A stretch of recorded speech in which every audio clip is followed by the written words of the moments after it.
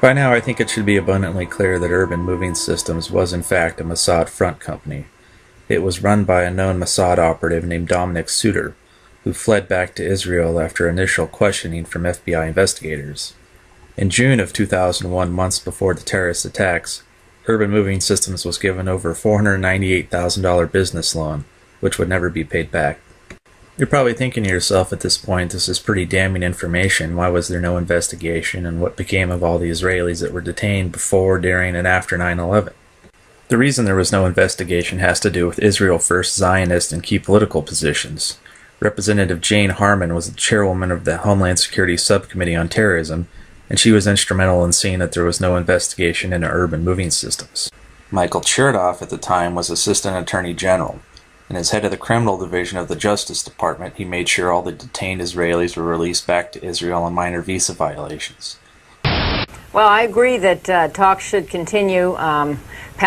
Creation of a Palestinian state after the violence has stopped is a laudable goal. I certainly hope that the Cheney visit is a productive visit. I think the moderate Arab states have to be working closely with us to find both a way to stop the violence and an end game that makes sense for everyone in the region, which includes the survival and security and respect for the state of Israel, which I think is absolutely essential to an essential goal of U.S. foreign policy, and one I strongly support. And Robert Simpson emails, could you ask Representative Harman about the deportation of Israeli art students spying in the U.S., and should this worry us? Are you familiar with this issue?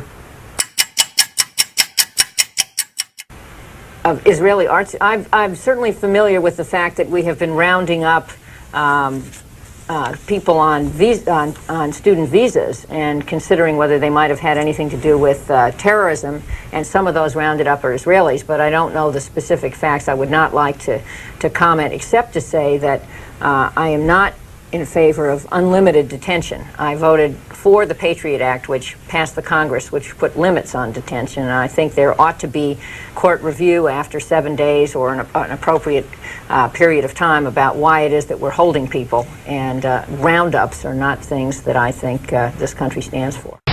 Michael Chertoff was the Secretary of Homeland Security under George W. Bush and is executive chairman and co-founder of the Chertoff Group. Sir, thank you very much for being here with us. And so that's the question. Are we safer tonight than we were? Well, there's no doubt we're safer than we were prior to 9/11. We've spent over a decade building a very formidable set of capabilities, and we have actually taken out, one way or the other, most of the people who were responsible for 9/11. But we have to be careful not to be backtracking, and there are two developments I think we have to watch.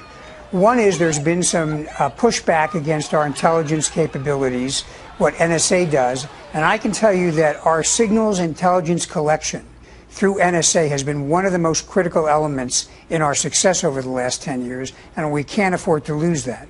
And the second development is the rise of ISIS, which is a new battle-hardened group of extremists that does pose a threat to the United States.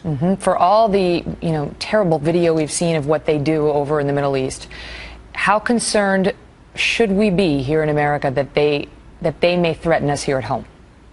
I don't think this is necessarily an imminent threat, but I would say, first of all, as they bring Westerners into Iraq and Syria to be trained and further radicalized, some of those Westerners are going to come back, and we have to be careful to monitor them and make sure they don't become terrorist activists here in the United States.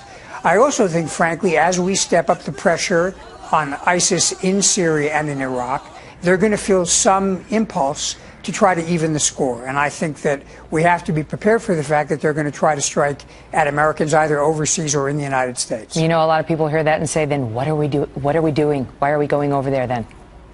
Well, because you see, if we don't eliminate the problem now, it's only going to get worse. And when we went into Afghanistan after 9/11, we found laboratories where al-Qaeda was experimenting to try to come up with weapons of mass destruction.